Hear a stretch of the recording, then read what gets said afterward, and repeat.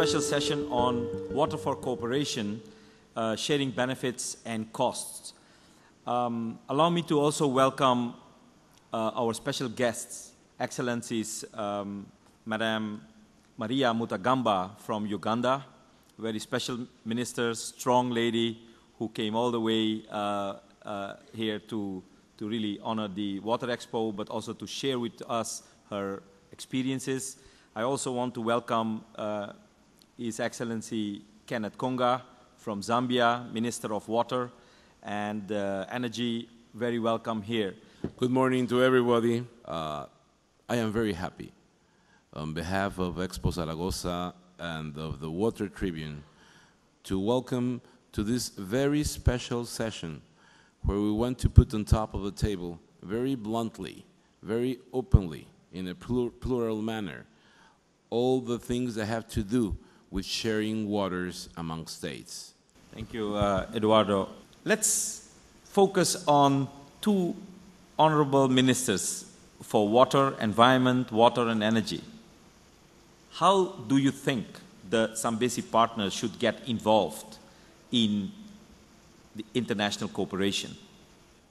Zambia, with the 7 other riparian states, signed the revised protocol on shared water causes sometime in 2000.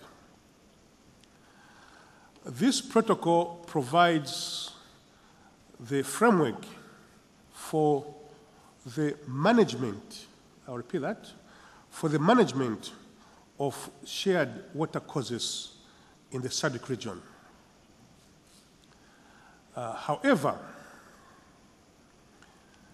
signing of this protocol by Zambia has brought about several implications. Before the country can go and then sign international protocols, these national institutions have, first of all, to be streamlined and their roles redefined. Their responsibilities must be redefined for their effective management vis-à-vis the management of the river basin by a regional institution. As you said, there is a protocol. Zambia has not yet signed. What do you communicate at these consultations to speed up the process that Zambia could enter into the regional, let's say, formal regional cooperation? Well, the most important, I think, message that we're communicating is that water is a resource which has got, which we should do equitably and reasonably utilize as a country. And we want to mention that our use in Zambia should not have detrimental effects downstream to our neighbors. Yeah, that is very important. Listening to all these things that were said this morning, earlier in this session, being a minister in the Nile Basin, how do you look at the element of building trust among all these Nile riparian countries? Uganda is 100% within the Nile Basin. It is neither upper nor lower. It is in the middle. So whatever decisions are taken, either in the upper riparian or lower riparian, affects Uganda. So that is our intricate position in the Nile. And the more reason why we are very much concerned at what happened in the Nile Basin. The technical people agreed to look at the problem together. And since that time, cooperation has been building. And I think it's one of the recommendations that Romania put forward, that bit by bit. So since that time, we have been moving on steadily, getting more people. At first, there were about 3-4 countries. We are now 9 countries sitting around the same table, discussing the issues that are common to us. We need to understand and to devise mechanisms on how to shift from volumetric sharing of water to benefit sharing. And I think as capacity building again, we need to develop analytical capacity in our region so that we can understand in the context of the Nile Basin how benefit can be shared, and then guide, contribute our ideas to decision makers.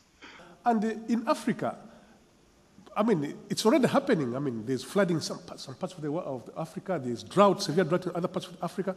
So if we have to tackle this issue quickly, I think the factor that's going to make us move quickly is, I think, the issue of climate change. My experience with creating platform is that it's very important to generate shared benefits so that everybody feels a part of the platform.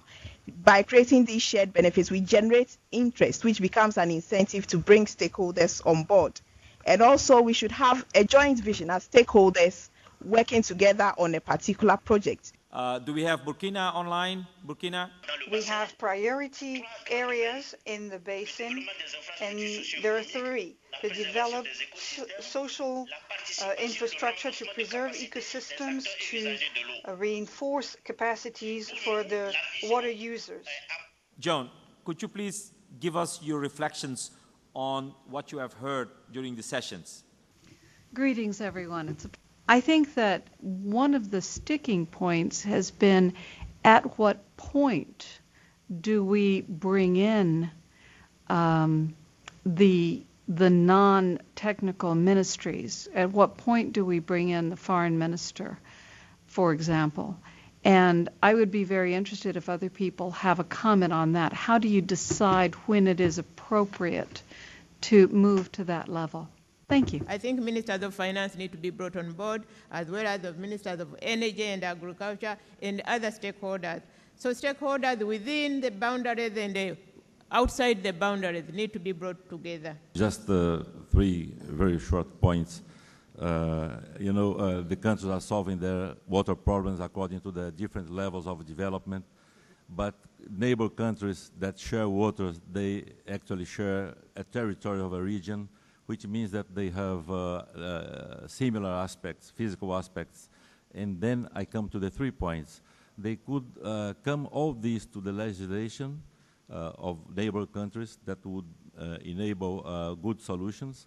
They could have a better level of information. I don't mean physical information, that we are plenty of them, but I mean socioeconomic information to make the calculation mentioned by Ashok.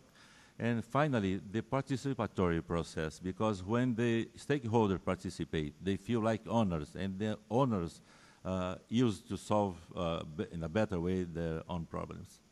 We're talking transboundary basins, and if we talk sustainability, we need to talk holistic sustainability.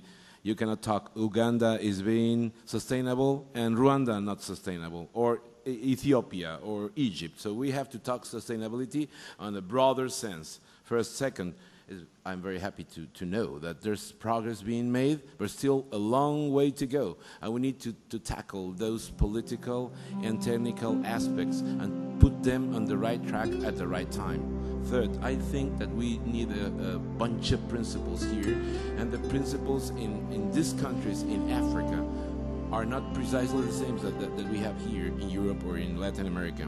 But I think that we can wrap this up in a sentence. The best is yet to come, and I'm sure it's coming here. Thank you very much, and goodbye.